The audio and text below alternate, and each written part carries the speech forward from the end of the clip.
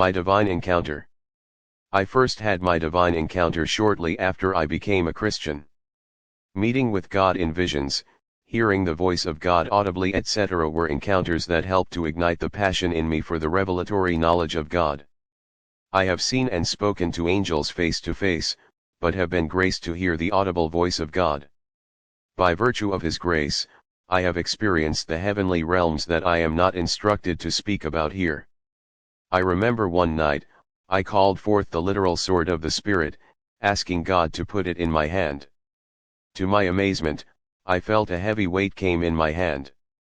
Though I could not see anything physically in my hand, I felt the weight.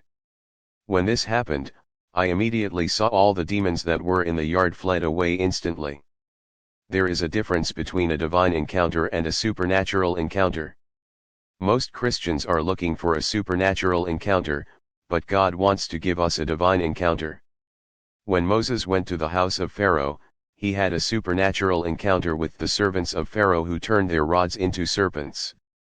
But when Moses went up upon Mount Sinai, he had a divine encounter. This encounter not only amazed Moses or stirred his curiosity, but transformed him and those who were around him. When you encounter the divine presence, you are changed into that same image like the face of Moses. A supernatural encounter can bring you to another level in the spiritual realm, but a divine encounter can bring you into another dimension in God.